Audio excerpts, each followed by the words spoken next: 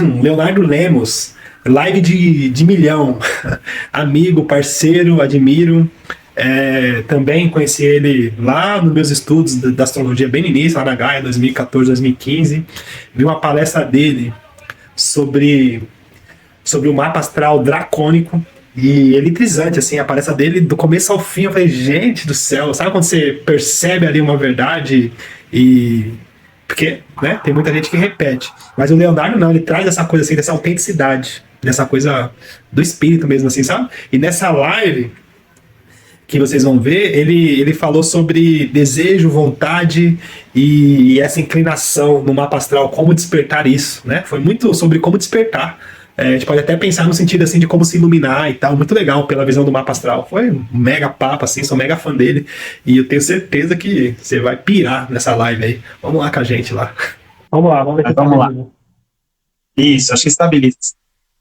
Então, vou começar, né, a comentar de novo daquilo que a gente estava tratando, que é a questão do querer, né, do sol, né? E, assim, mais do que o querer no sentido, eu quero isso, quero aquilo, mas no sentido do propósito, né? Ou da consciência das próprias escolhas, certo? Então, acho importante, né, o mapa como como você falou anteriormente, né, um espelho, né, simbólico, e no caso aí do Sol, vai refletir o nosso querer, a nossa forma de elaborar as nossas escolhas e por quê, ou para quê, né? Então, por isso que eu uso muito esse termo aí, o propósito, né? A gente pode fazer qualquer escolha, ou como muito me procuram, né, assim, em termos de carreira, vocação, né? E o propósito do Sol, ele é mais do que isso. Na verdade, eu acho que tem no Sol tem esse significado de chamado, né? O chamado, né? Então, independentemente da sua escolha profissional, você vai lá, você vai realizar aí um chamado, você vai responder a um chamado, né? Então, você quer o que com isso, né? E o Sol, ele denota esse querer, né? Ou simbolizaria, né, o nosso trato com esse querer aí. Como é que a gente trata as coisas que a gente quer, ou que tipo de consciência a gente tem sobre o nosso querer. Porque, às vezes, você sabe muito bem, esse querer está nublado, está confuso, ou tem uma propensão à autodestruição, ou tem um obstáculo, ou tem uma coisa que se impõe a ele, né? Então, tudo isso a gente verifica no Sol, né? Nessa fala aí do Sol. Eu também coloco, às vezes, que a gente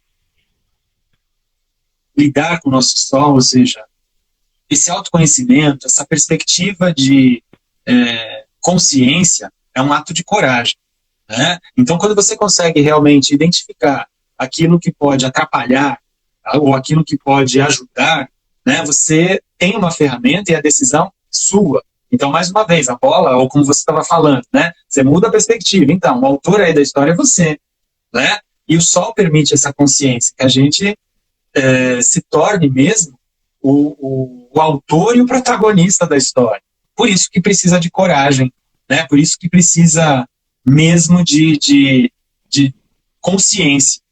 Mas, como a gente sabe, o mapa ele não é o Sol somente, né? E não quer dizer que, por exemplo, para todo mundo, né, o Sol seja o protagonista. Às vezes a gente tem outros personagens aí nessa obra, né, que interagem e que podem ser também importantes. Ou às vezes esse Sol ele usa uma outra qualidade boa, enfim. Aí quando eu falo aí na chamada, né, necessidade, né, desejo, necessidade, vontade, eu acho que aí a gente está falando de outras questões, né? A necessidade, por exemplo, eu acho que você deve ter tratado aí em outras lives, né? Que é muito assim, o que eu preciso mesmo? Então, eu estou falando primeiro de um precisar, de uma necessidade básica, né? O que eu preciso para viver? Respirar, tomar água, o que eu preciso? Comer, me sustentar, né? E isso a gente já entende, esse autocuidado, essa coisa tão, né, falada hoje em dia, o autocuidado, né? Isso daí é uma mensagem que tem a nossa lua, né?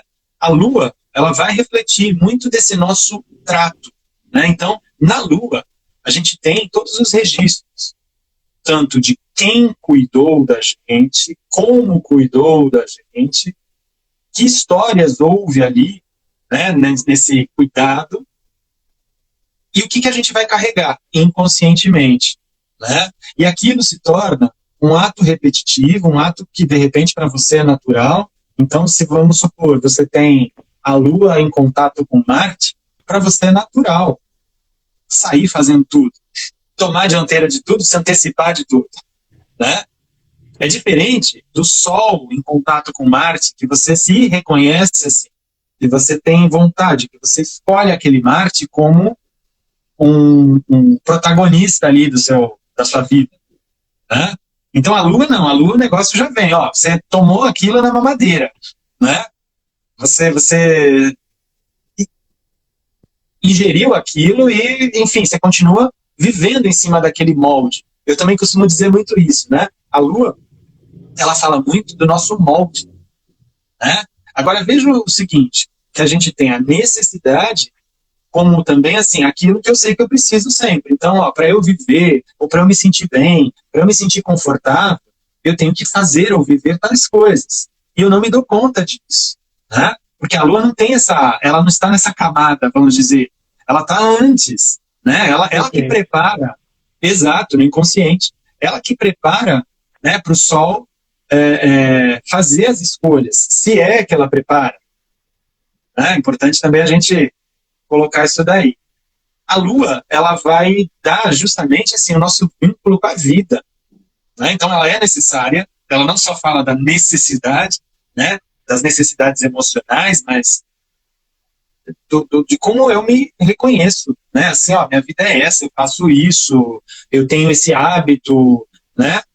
Às vezes esse hábito e essa necessidade não cooperam com a minha vontade. Então a gente tem aí uma questão entre o Sol e a Lua. A gente tem aí que aprender a dialogar, ou aprender a harmonizar as duas frentes, né? Elas não vão mudar no seu mapa. Então você vai ter de lidar realmente com elas, né? Às vezes elas cooperam muito bem, isso é ótimo, tá bom? Então é bem importante, né, a gente ter consciência aí de que a Lua, ela tem um papel fundamental, né? Não só nesse viver, né, nessa continuidade das coisas, mas ela que muitas vezes permite ou não que a gente faça as nossas escolhas também, né?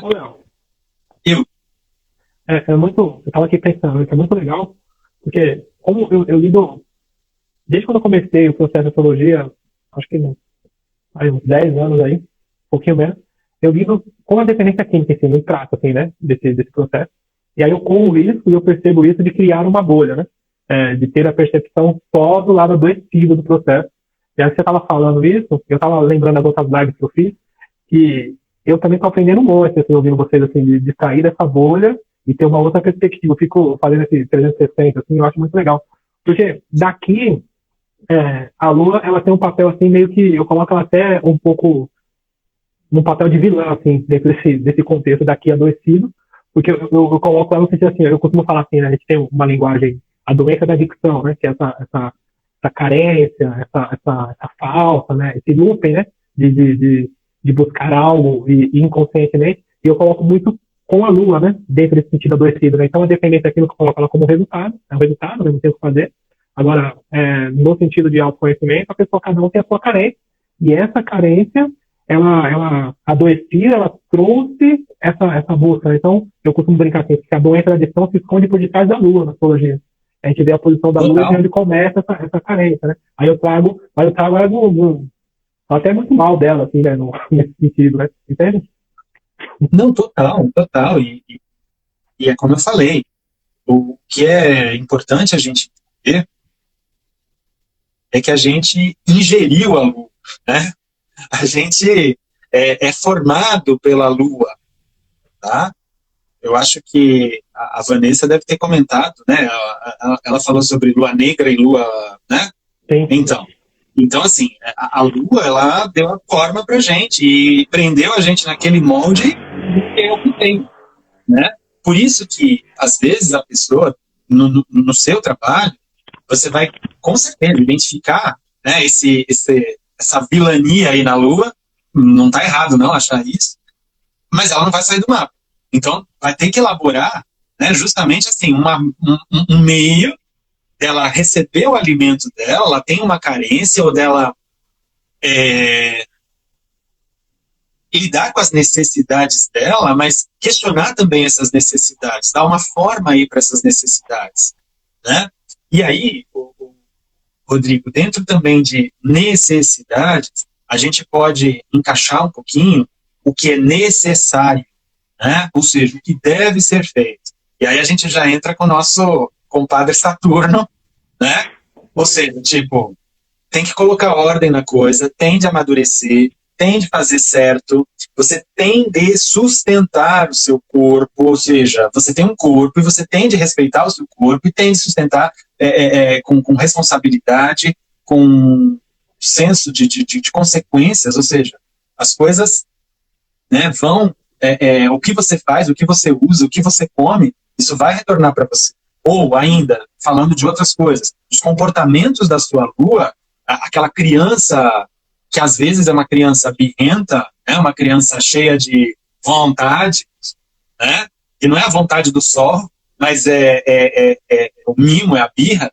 O Saturno, ele entra aí como um papel de, ó, corta, né, corta as asas, ou educa, ou derruba para aprender a se levantar. É claro, você está falando que Saturno é bacana? Vamos respeitar, né? Não é bacana, não é a finalidade dele ser bacana, a finalidade dele é fazer o certo, né? Necessário.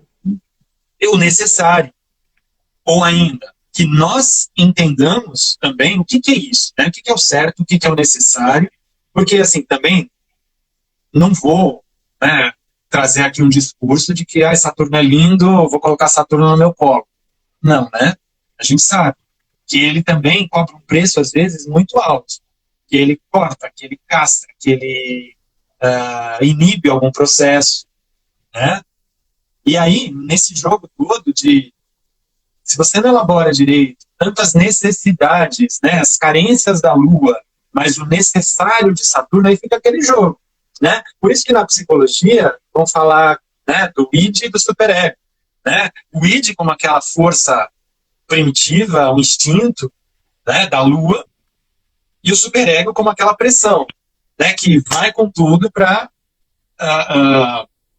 inibir isso daí, né, a pressão social, a educação, os valores e tal, né? Então você não pode ter nem tanto um, nem tanto outro. Quem é que organiza isso?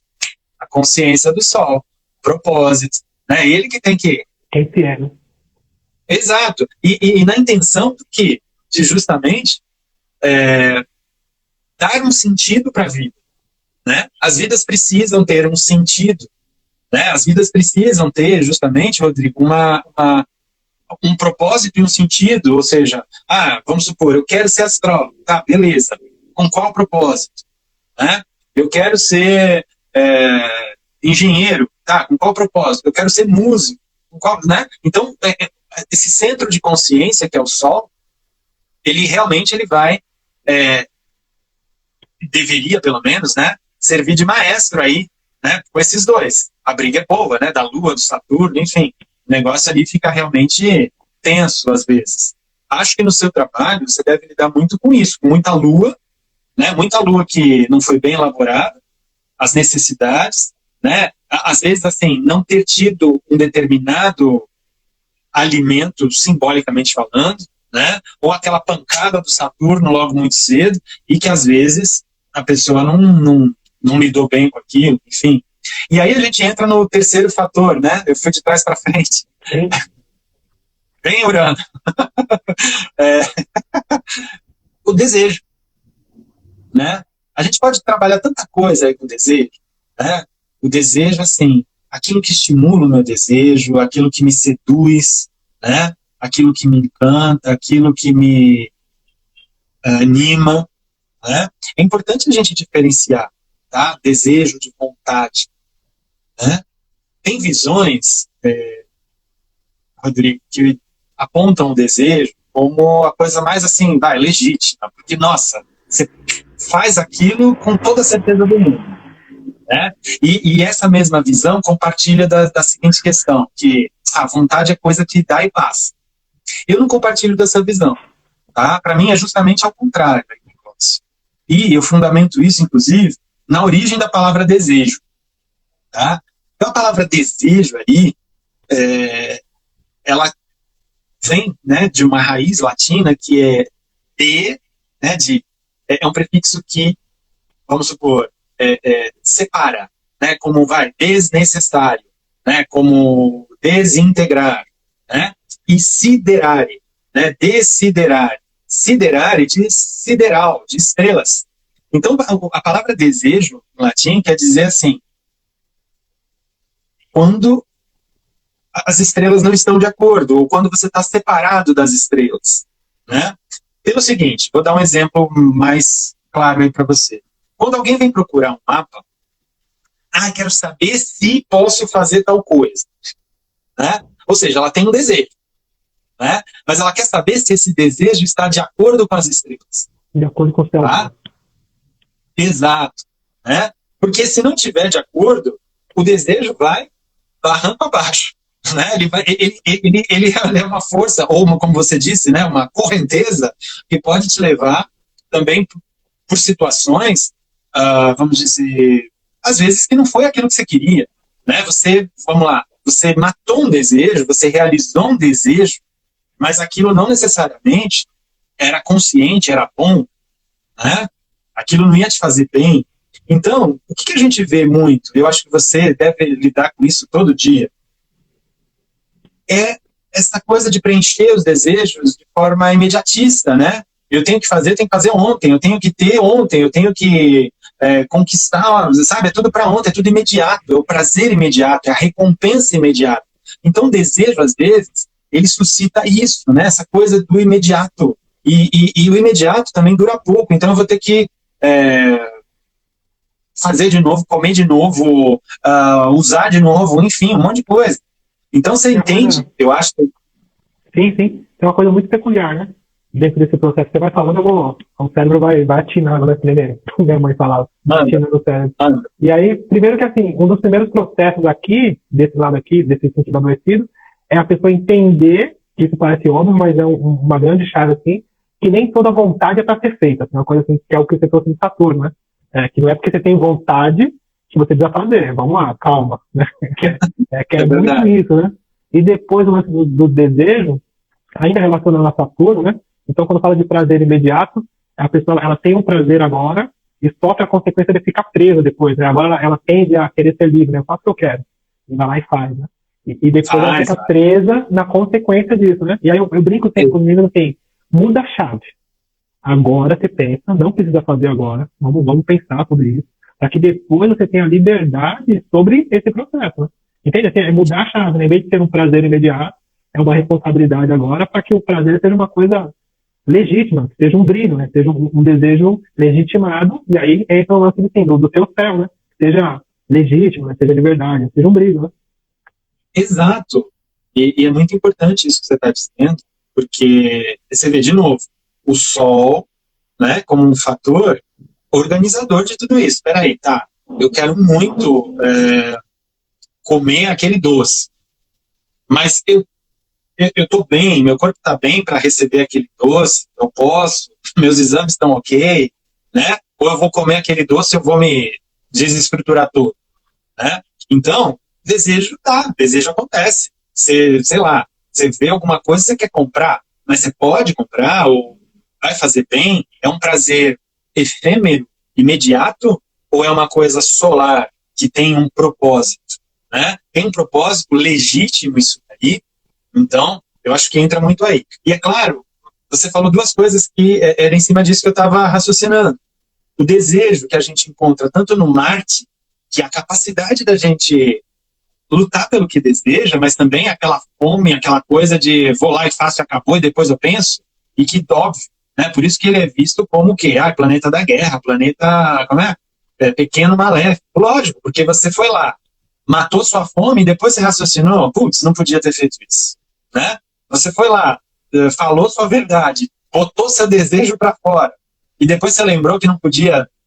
Então, Marte, ele tem esse fator que, ao mesmo tempo que ele é muito importante, porque a gente não vive sem esse desejo, Rodrigo, a gente não levanta da cama, né? Então, ele é um fator, sim, que precisa ser ressignificado, né? Acho que essa é um verbo bom. Ele precisa ser ressignificado. Esse desejo trabalhar para mim, não contra, né? E, por outro lado, a gente tem outro desejo lá, a harmonia, a tranquilidade, o hedonismo, tal, que aí a gente já vê lá na Vênus, né? De tipo, tá tudo bem, tá tudo tranquilo, né? Eu vou fazendo as coisas de uma forma mais macia. É claro que a briga, por exemplo, de Vênus e Marte também vai dar isso, né? Essa ideia de, eu preciso, faz só mais um pouquinho, né? É a última vez hoje, juro, né? Então, assim, a gente nota que o desejo, né, que quando a gente identifica isso, a gente identifica aquele fator também manipulador, né? Tipo, a Vênus, ela, né, tipo, se o Sol não estiver arbitrando direito aí, a coisa fica manipuladora, né? Tem uma pessoa, Kátia Franco, dizendo: a energia de Marte precisa ser bem canalizada. Exato, né? Tem que, justamente assim, usar bem, tudo por uma construção boa aí, né? E aí, dentro desse nosso papo, desejo, vontade. Só um detalhe, eu falei aqui do desejo, né? Do nosso gosto, do que a gente quer apartado ou de acordo com as estrelas. E a vontade, é interessante o seguinte, o Rodrigo. A vontade, a raiz dessa palavra é mais forte, é menos usada, ou não é usada da mesma forma como a gente usa. Não é assim, estou com vontade de tomar sorvete, né? Na verdade, não é. A gente usa meio errado, né? Mas, enfim, a ideia da vontade é algo mais constante, algo mais certo, algo mais seguro, né? Algo mais preciso, tá? Tanto é que é muito interessante, na língua francesa, vontade e inveja são a mesma palavra, sabia disso? Não sabia. Desejo, desculpa, vontade e inveja é a mesma palavra, é envie, né? E é interessante, quando a gente fala inveja, em português tem uma conotação pesada, né? Negativa, tal, mas também você sabe que é uma força que mobiliza, né? Quando você reconhece, assim, tipo, aquilo bateu em mim, né? Tipo, né? Ou então, assim, às vezes você não percebe direito, às vezes você sente alguma coisa e é muito importante a gente respeitar a nossa inveja de cada dia, né? Sabe por quê? Respeitar no sentido assim, peraí, mas por que isso me fisgou, né? Ou, o que eu quero com isso, né? Entendeu? Porque às vezes essa inveja que a gente deu uma conotação totalmente, né, de magia complicada, tal, não é por aí, gente, não é por aí. Às vezes, se a gente consegue, peraí, respira, vamos trabalhar isso daí, né? Por que você sentiu isso pelo coleguinha? Tá, então tem alguma coisa ali que você identificou que é seu, ou que você identificou que, poxa, acho que eu posso ir por esse caminho. Ao invés de fazer um caminho destrutivo, não, você vai trabalhar aquilo em você. Então, eu acho bonito isso, né, no idioma francês, que é a mesma palavra, né, é a mesma coisa. Então, você transforma esse sentimento estranho, incômodo, porém necessário, em vontade, né? Isso é bem bacana. Muito legal. Muito legal. É legal, né? Também, eu costumo brincar também com o menino, no sentido que, assim, primeiro que, como uma cultura ocidental, a gente tem o hábito aqui de não ser a gente mesmo, assim, de não legitimar os nossos sentimentos. Assim, a gente paira no sentido assim, de ter que ser uma pessoa bondosa, com a imagem, né? A gente não admite, não assume o nosso lado negativo, né? E para ser negativo ou positivo, parte da consciência que eu tenho e da reação daquilo. Entende? Assim, Exato. Não dá para determinar se é positivo ou negativo sem que eu integre aquilo para mim, né? Então, o que vai dizer se é negativo ou positivo? É o valor que eu entrego, mas eu preciso primeiro reconhecer. Então, quando fala de inveja, tem essa conotação assim, tipo, não pode. A gente sente, a gente é humano, a gente sente vontade, sente desejo, sente inveja, sente raiva, sente um monte de coisa, né? Agora, primeiro eu preciso olhar para mim e ter a sombridade. Falar assim, não, é natural. Agora, o que eu vou fazer com isso? Né? O que me traz? Porque, por exemplo, quando tem esse lance de trazer um autoconhecimento, que é isso, né? Então, por que você está sentindo? O que tem por detrás? Por que você está sentindo raiva? Né? Então, é um combustível para o auto-olhar. Então, é saudável, né? É lindo até, né? Poder olhar e falar assim, nossa, então isso é aquilo. E vira até uma piada depois, né? Vira um riso, né? Poder rir da gente, né? Poder perceber e dar risada. Falar, nossa, fiquei com inveja ali por causa disso, né? Tem o meu enteado aqui, ele ficou todo feliz, ganhou um tênis. Vou falar mal dele um pouco. Ganhou um tênis, um Jordan, né? Ele ficou todo, assim, feliz, assim. Eu olhei pra ele, assim, na simplicidade que ele colocou aquele tênis. Eu fiquei até com inveja. Eu falei, nossa, como ele conseguiu ficar tão feliz com o tênis, né? Porque, sabe, assim, aquela coisa assim, nossa, tão lindo, né? O jeito que ele ficou feliz. Então, quer dizer, é natural, né? É um processo, né? E alguém falou aqui, gostei bastante, deixa eu puxar. Eu não sei o nome exatamente, Luchesi Barnes, enfim. Ela diz assim, inveja, na verdade, tem a ver com comparação, né? É interessante isso, né? É aquela coisa assim, puxa, me pegou. O fato da gente reconhecer é o sol já trabalhando aí, opa, tá, joga a luz aqui, né? E comparar, como ela falou ali, tipo, tá, mas o que aquela situação tem de mim, ou que eu acho que eu não consegui fazer direito e que eu quero ficar daquele jeito ali, né? Enfim, eu acho que é bem isso, né? É bem isso. Claro que a gente também lembra sempre daquela inveja, como a gente usa em português, como um sentimento destrutivo de algo que eu não quero nem para mim, né? Mas, repito, tem alguma coisa embaixo aí dessa camada que é desejo, que é desejo, que é vontade, que, enfim, que quer realmente tudo isso, né? Ou como a Kátia falou de novo, são as sombras, Sim, né? sim. E aí, o Rodrigo, dentro desse nosso papo, imagine também o seguinte, que você deve saber disso, não é só chegar, falar, identificar, né? Então, de repente, a gente vê no mapa, pra gente é fácil, ó, traduzir o símbolozinho e, né, se vira. Nem sempre é assim, né? Às vezes, esses símbolos estão em determinadas regiões do mapa e a gente tem difícil acesso. Ou que o acesso não é tão, assim, direto, né? Ou que a gente nem percebe que, de repente, está lá dentro e nunca saiu da casca do ovo, né? Nunca rompeu a casca do ovo, né? Por isso, e sabe como é que foi que começou a acontecer esse meu olhar, Rodrigo? Tem um aspecto famoso, né? Que a gente vê assim, nossa, Vênus conjunção Júpiter, nossa, que arraso, que maravilha, né? A Vênus, pequeno benéfico, o Júpiter, o grande benéfico, nossa, deve ser muito feliz essa pessoa, deve ser muito radiante e tal, e né, tudo sorridente, tudo lindo. Aí eu fui reparando o seguinte, eu identificava, via no mapa, falava, e assim, às vezes saía sabe aquela coisa meio xoxa, aquela coisa meio, sabe, murcha, aquela coisa que eu falei, mas estranho, isso daqui é tão promissor, né? E a pessoa tá lá tão, desculpa a expressão, tão meia boca, tão, sabe, qualquer coisa, tá tão qualquer coisa. Aí eu via que essas pessoas, elas estavam muito presas em situações de determinadas casas do mapa, né? No caso, ou a casa 12, ou a casa 8, ou a casa 4.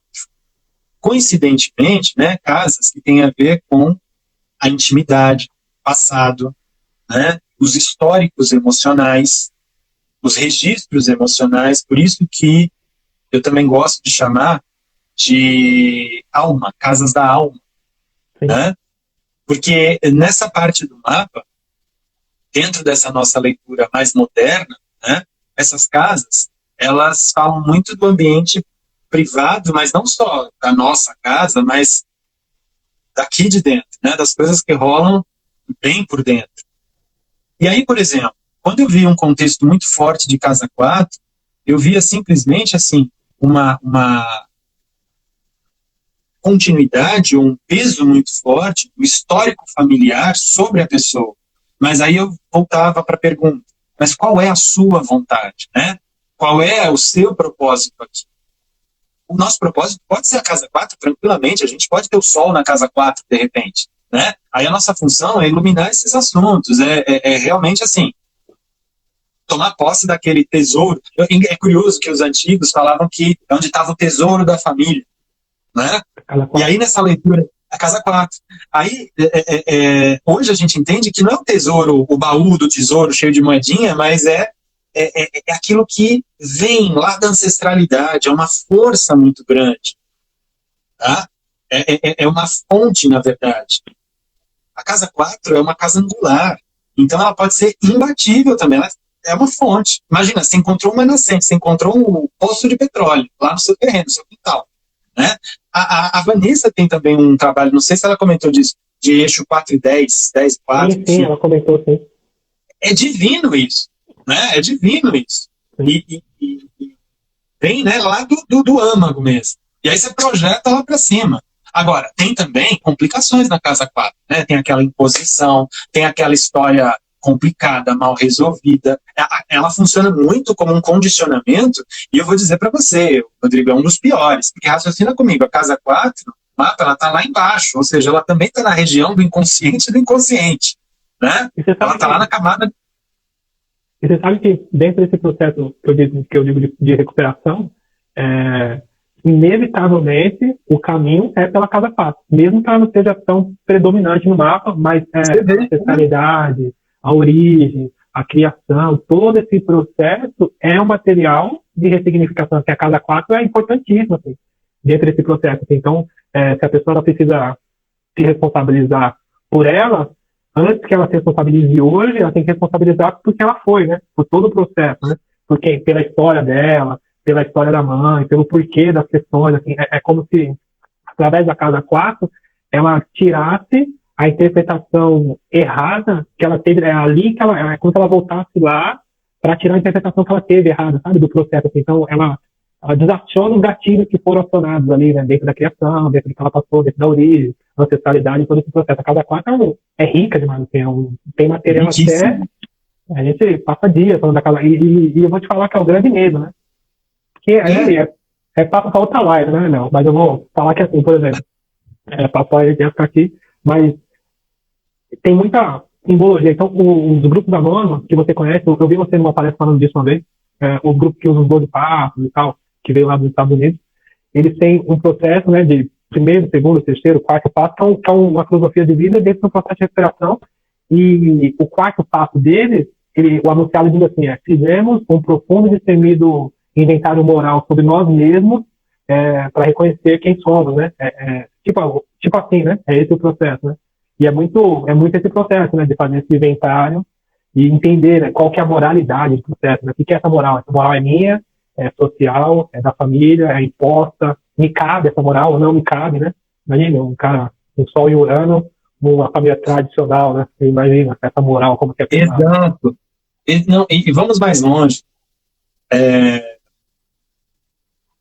As pessoas já pararam para pensar também na importância do ovelha negra, na importância daquele que dá o problema aí na família, né? Porque, primeiro, às vezes, o Rodrigo, ele é um depositário, né, de tudo aquilo que não foi bem resolvido, bem elaborado, tipo, joga lá nele, né? Isso tudo, gente, num processo bem inconsciente, né? Ele recebe aquela carga e ele vai manifestar. Então, tudo aquilo que não fizeram, tudo aquilo que não explodiram, tudo aquilo que ficou, sabe, muito mal resolvido, elaborado, esse daí é ovelha negra, esse daí e tal. Agora, quem precisa de cura, né? É só ele? Não. É todo mundo, né? É um sistema inteiro, tá? Sim. Exato. O ovelha negra, ele pode ser o libertador da história, se bobear, né? E a casa 4, ela pode falar muito disso, sabe?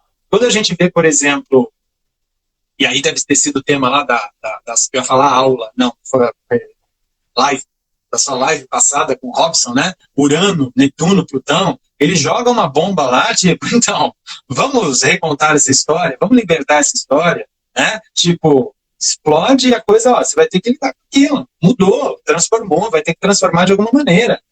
Não é? Netuno também transforma? Claro que ele transforma, ele tira o véu. né? Você acorda do sonho. E não foi o príncipe que te acordou, às vezes, né? Então, exato. Então, assim, a casa 4 ela é muito potente nisso, né? Sim. Então, é uma das casas onde a ancestralidade fala, ela pode falar no tom de repetição, ela pode falar no tom de condicionamento, ela pode falar no tom também de aprisionamento, né? Um comportamento, mas como potência e como uma fonte legítima das coisas, né? A 8 e a 12, elas estão acima do horizonte. Então, até pelos temas delas, vão ser mais objetivos, no sentido de que vai incomodar. Eu vou esconder, ou eu vou adoecer, mas vai incomodar de alguma maneira, né? A coisa está ali no lado superior do mapa, que é o lado solar da coisa, né? Então o Sol vai arbitrar ali. A 8, eu noto muito, Rodrigo, como fatores de repressão do desejo, né? Tem muito desejo ali na 8. Eu falo muito assim para os alunos. Gente, eu quero explicar para vocês a 8. Então vamos lembrar da 2. A 2 é o que eu tenho, né? A 8 é o que eu não tenho. Então eu desejo, né? Então a 8 ela vai lá como uma isca, muitas vezes, né? É que a 8 ela tem um caminho, às vezes, assim, que ó, isso daqui é feio, isso daqui não pode, isso daqui é proibido, ou é a bendita modo de dizer, da autodestruição, né? Você vai fazer alguma coisa ali para se destruir, mas será que a finalidade é a gente se destruir? Não, né? A finalidade é sempre evoluir, tá? Então não existe isso de, o destino é dar errado mesmo, meu destino é... Não tem isso. A finalidade é a harmonia, é o bem, é o belo, é o bom, né? A gente pode demorar para chegar a esse ponto, mas a gente vai chegar a esse ponto, tá? O caminho é único aí. E a 8, ela faz você, assim, ou encarar, ou viver os aspectos de autodestruição, né? E aí é aquela coisa de você tentar resgatar esse processo e realmente viver essa metamorfose. E dentro dela, Rodrigo, tem também uma coisa, aquele desejo, lembra que a gente está falando do desejo ali? O desejo ali, alguma coisa que tem na casa 8, é descobrir aquilo em você, né? Então tem muito dentro de você, dentro da gente, alguma coisa ali da casa 8. Então vamos supor, de repente você tem lá no mapa de nascimento, né? Planetas, vamos dizer assim, impactantes, na casa 8. Ok, você deseja alguma transformação, mas como você vai chegar até ali, como ela é uma das casas da alma, às vezes você vai, tropeçando, inconsciente, buscando caminhos, muitas vezes autodestrutivos. Mas a finalidade não é a finalidade do mapa não é te destruir. A gente na Terra, óbvio, a gente pode se destruir. Isso é triste. Mas, às vezes, a gente tem a sacada, o amparo, a ajuda, sei lá, alguma coisa. Ou, às vezes, até o próprio Sol que fala, chega, né? E aí a finalidade é transformar aquilo que você foi buscar e que te destruiu em outra busca, né? E essa busca está ligada àqueles mesmos planetas, tá? Então, aquele planeta que te destruiu, ele vai ser também, de alguma maneira, o seu remédio, entendeu? Mas você vai descobrir aquilo em você, você vai assumir aquele desejo, entendeu? E aquele desejo, uma coisa que eu reparo, Rodrigo, foi um desejo reprimido ancestral. Então, assim, como se tivesse sido um tabu, entendeu? Não se fala mais disso, não, isso não pode, isso não deve, isso tá errado, isso não, isso vai dar errado, tal.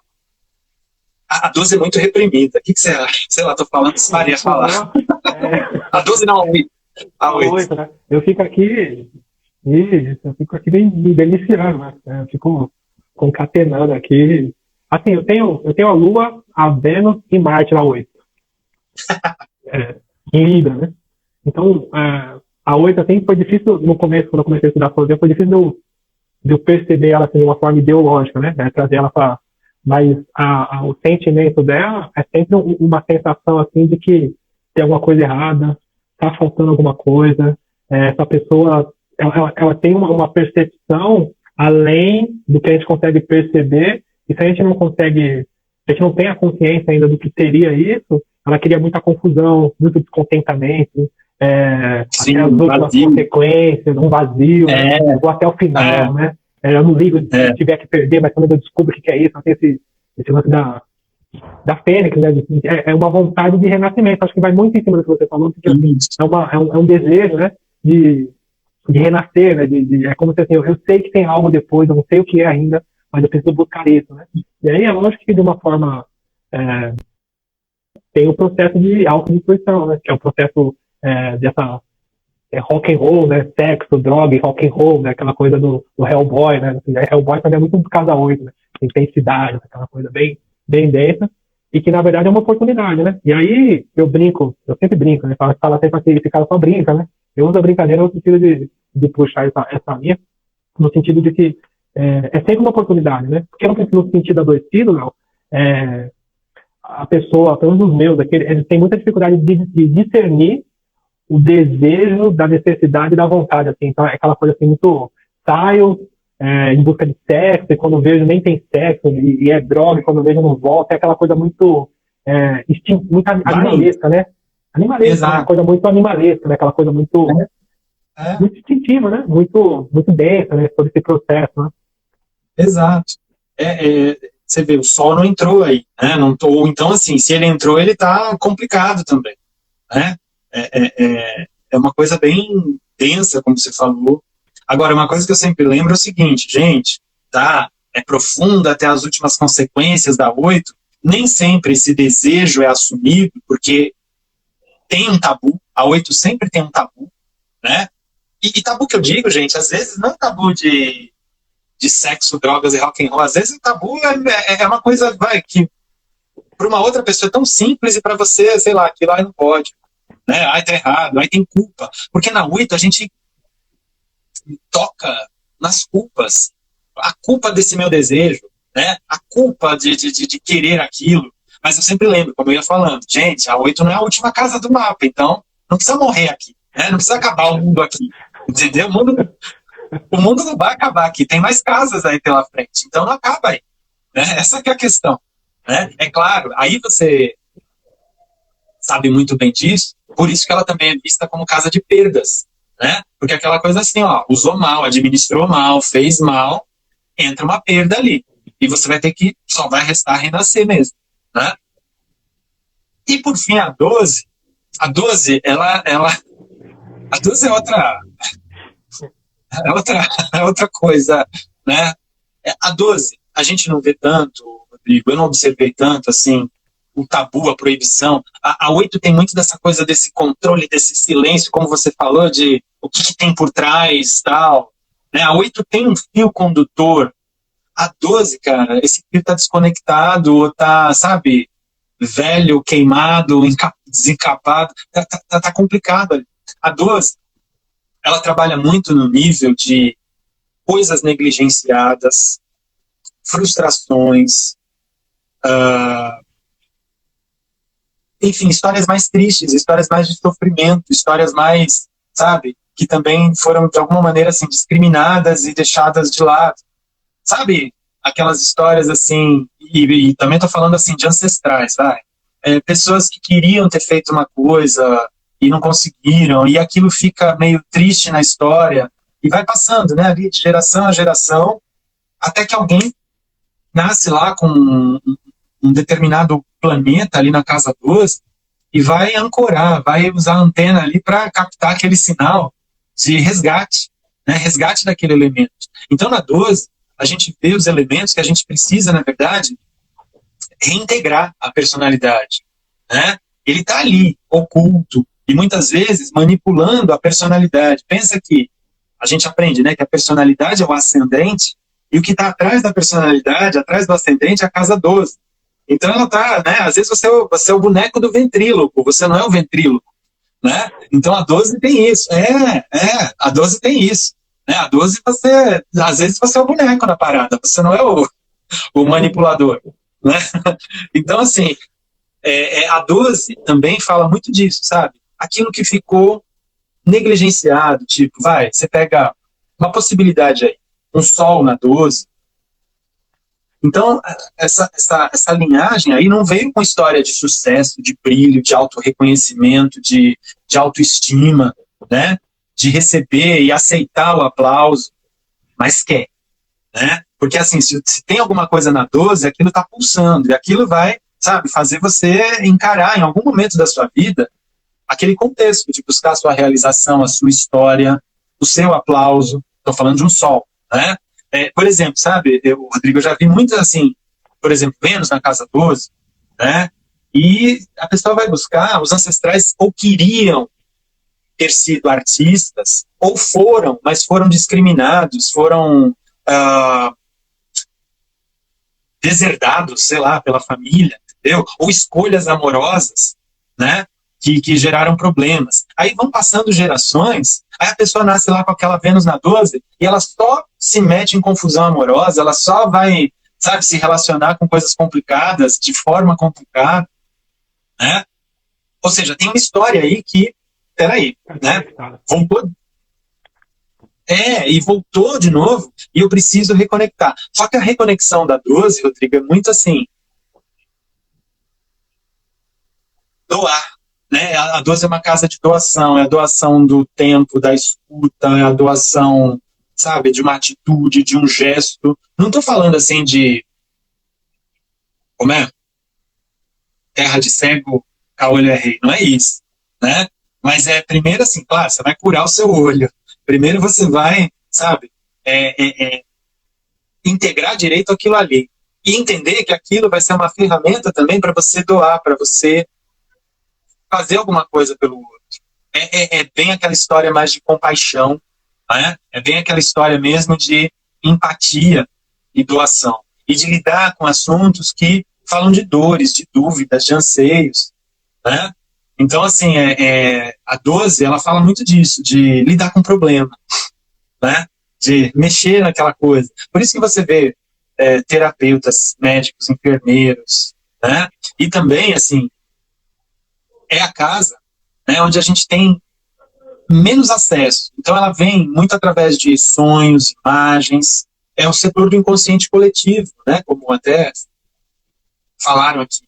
É um setor assim que mexe muito com imagens que a gente tem, enfim, impressões, e que talvez aquilo tenha um significado para a gente. É diferente daquela coisa mais pontiaguda da WIT, né?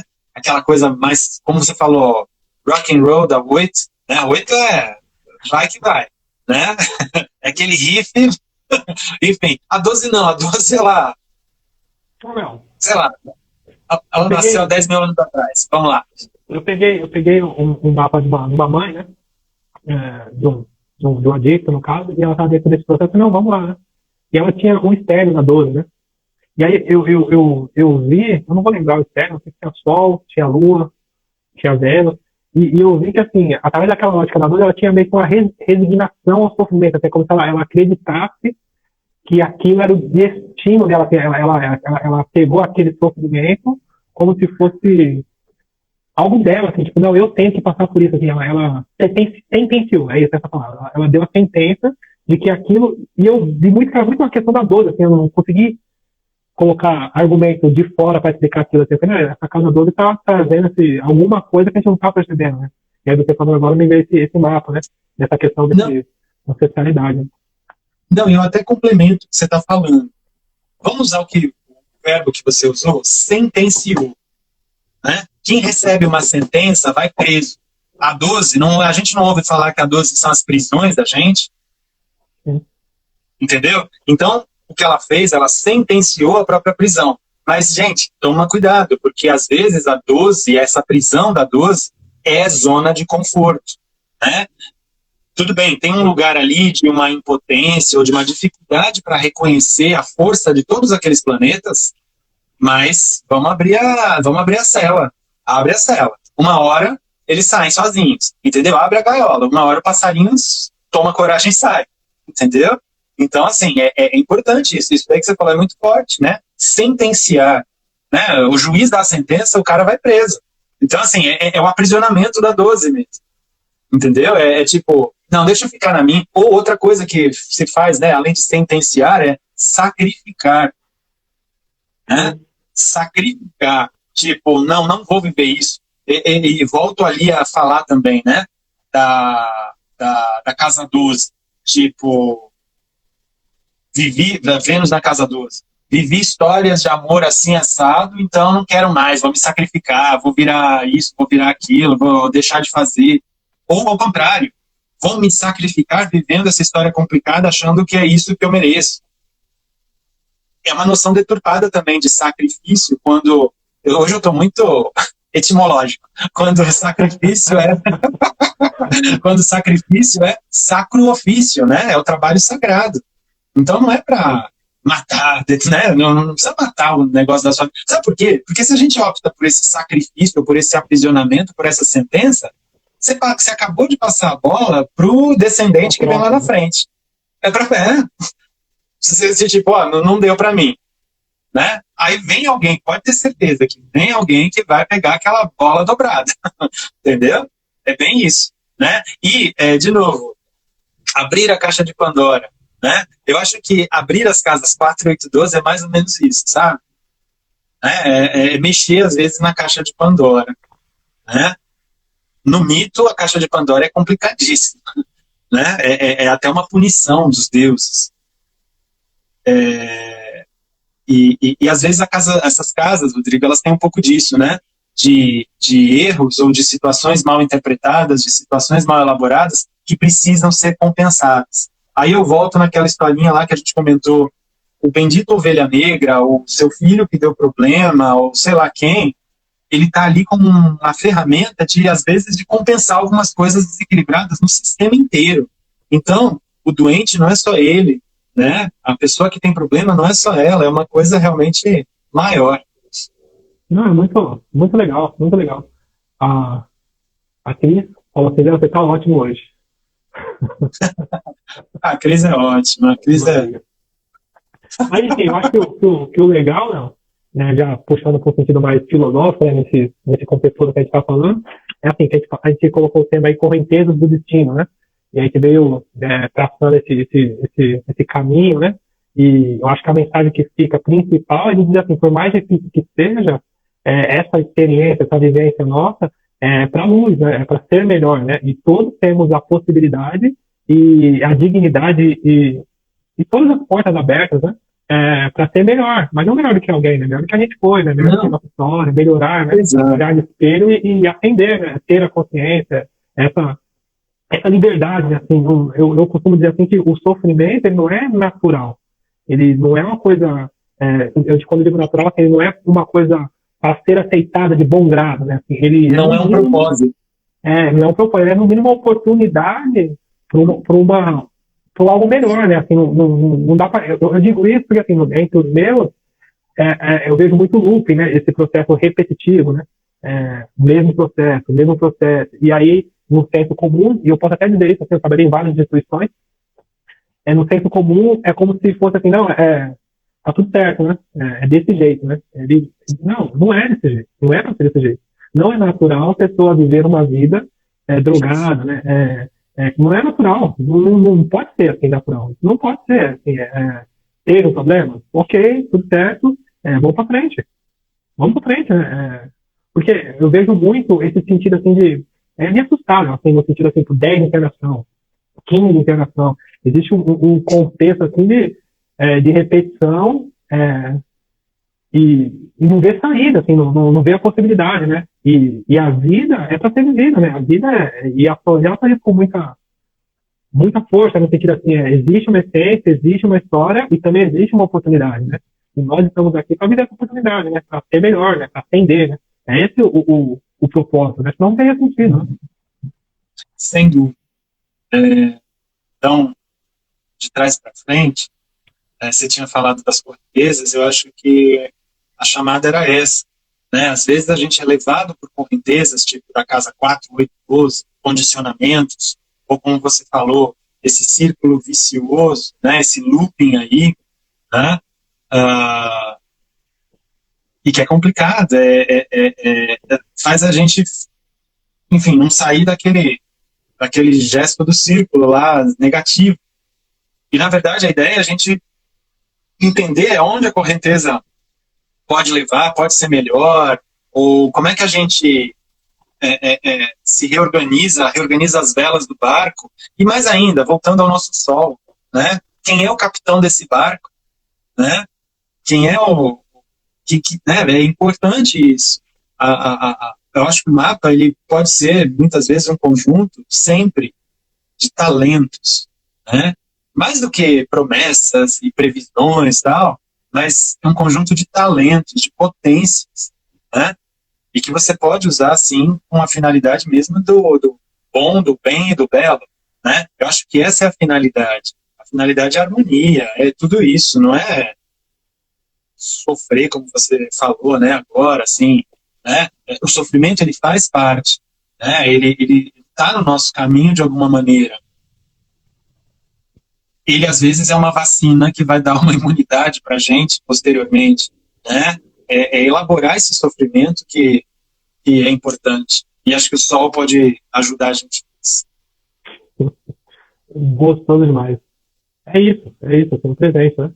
Ô, Léo, fala do seu trabalho, fala o que você está aprontando, fala como te encontrar, como te achar, fala aí. Então, vamos lá. Bom, meu trabalho, basicamente, é o que eu gosto mesmo, amo, né, fazer, é atender e dar aulas. Então, esse é principalmente meu foco, né?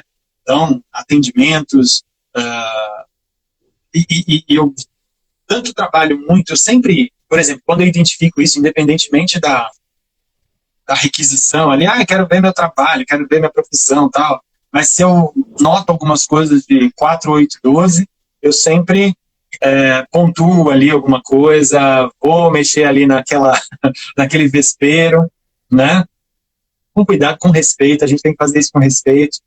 E dou aulas, né? Dou aulas de astrologia na Escola Regulus, né? Curso de formação e outros cursos mais. Curso de formação é que vai desde os fundamentos da astrologia até aprender a parte preditiva, né? As previsões, as técnicas, a misturar as técnicas, tudo, né? Estudo por prazer pessoal, estudo astrologia mundial também, acho uma delícia, né? A astrologia mundial dá a possibilidade da gente, assim, olhar para o mundo, para o coletivo e ainda falar mal do governo, cara, olha só. Então é genial. Então é genial. Então é genial. Então é genial. Então, assim, o que eu faço basicamente é isso, é o que eu gosto, é o que eu busco fazer, né? Então, quem quiser conhecer, me acompanhar, né? Só me segue aí no Instagram e eu sempre estou colocando alguma coisa, tento colocar só coisas astrológicas, às vezes escapa, às vezes às vezes o Urano dá uma pirada mais rápida. É isso, eu queria agradecer de verdade, eu tinha certeza que ia ser um papo profundo, mas agradabilíssimo, né? Que nem eu coloquei na live do Ron. Te agradecer a oportunidade. É bom ter vocês como referência, né? De profissionalismo, enfim, é bom olhar e ver vocês atuarem. Tem esse povo ali, né? Esse povo ali, né? E é isso. Gratidão de verdade. Obrigado, Léo. E para quem ficou. Obrigado por ter ficado. Eu quero agradecer mais uma vez por esse seu convite, pela consideração e a presença de todo mundo. Adorei.